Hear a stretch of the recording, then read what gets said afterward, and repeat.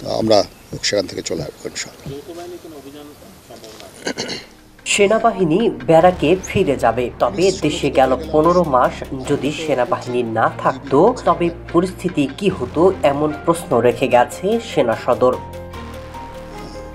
মানুষকে বুঝতে হবে যে এগুলো করে আমাদের নিজেদেরই ক্ষতি। মাঠ পর্যায় থেকে 50% সেনা সদস্য প্রত্যাহারের বিষয়ে এরই মধ্যে সরকারি নির্দেশনা পাওয়ার কথা জানিয়েছে সেনাবাহিনী।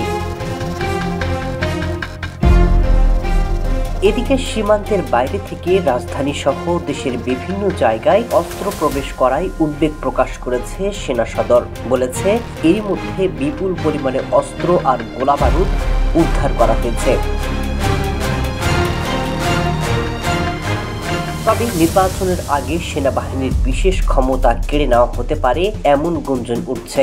15 মাস ধরে ব্যারাকের বাইরে রয়েছে সেনাবাহিনী। নির্বাচনের পর যদি মাঠে থাকতে হয় তাহলে সেনাবাহিনীর প্রশিক্ষণ কার্যক্রমে ব্যাঘাত ঘটবে, এমনটাই জানালো সেনা সদর দপ্তর।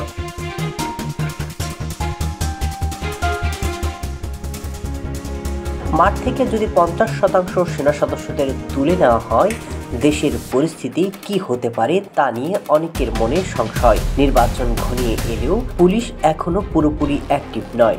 এমন অবস্থায় মাঠে নেমেছে আওয়ামী লীগ। প্রশ্ন উঠছে কি হবে দেশের আইন শৃঙ্খলা পরিস্থিতির